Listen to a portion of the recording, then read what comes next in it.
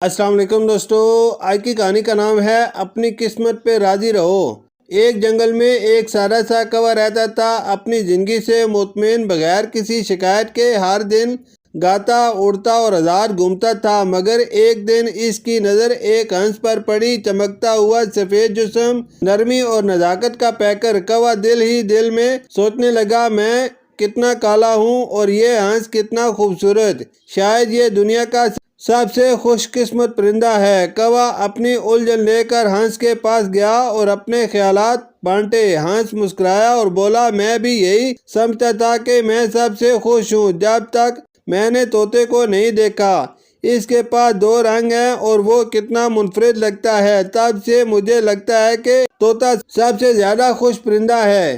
کوا اب طوطے کے پاس جا پہنچا۔ طوطا بولا، میں بھی اپنی زندگی سے مطمئن تھا، لیکن جب میں نے مور کو دیکھا میری نظر میں میری خوشی مان پڑ گئی۔ میرے پاس تو صرف دو رنگ ہیں اور مور اس کے پر تو کوسے قزح جیسے ہیں، شاید وہی سب سے خوش ہوگا۔ کوا اب سیدھا چڑیا گھر جا پہنچا جہاں مور موجود تھا۔ وہاں سینکڑوں لوگ مور کے گرد جمع تھے، اسے تصویریں کھنچوانے، تالیاں بجانے، خوشی سے چلاتے۔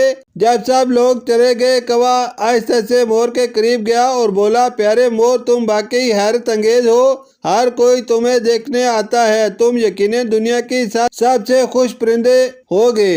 مور کی آنکھوں میں ایک چمک اور آواز میں تھوڑا دکھ تھا۔ وہ بولا، شاید میں خوبصورت ہوں، مگر میری یہی خوبصورتی میری قید کی وجہ بن گئی ہے۔ میں پنجرے میں قید ہوں جبکہ تم آزاد ہو، کھلے آسمان کے نیچے۔ پھر مور آہستہ سے بولا، کاش میں کوا ہوتا تو آزاد ہوتا۔ ہم انسان بھی کچھ اسی کرب میں جیتے ہیں، ہم ہمیشہ دوسروں کی زندگی کو بہتر سمجھتے ہیں، اپنی نعمتوں کو نظر انداز کر دیتے ہیں، موازنہ کرتے کرتے ہم اپنی خوشیوں کا گلا گھونٹ دیتے ہیں۔ اور افسوسناک بات یہ ہے کہ جیسے ہم رشک کی نگاہ سے دیکھتے ہیں، وہ خود کسی اور کو دیکھ کر اداس ہوتا ہے۔ قدر کیجئے اس کا جو آپ کے پاس ہے، موازنہ ترک کر دیجئے، یہی مایوسی کی جڑ ہے۔ خود بھی خوش رہیے اور دوسروں میں بھی خوشیاں بانٹیے، کیونکہ زندگی تب بھی خوبصورت لگتی ہے جب ہم اسے اپنی آنکھوں سے دیکھیں، دوسروں کی نہیں۔ شکریہ۔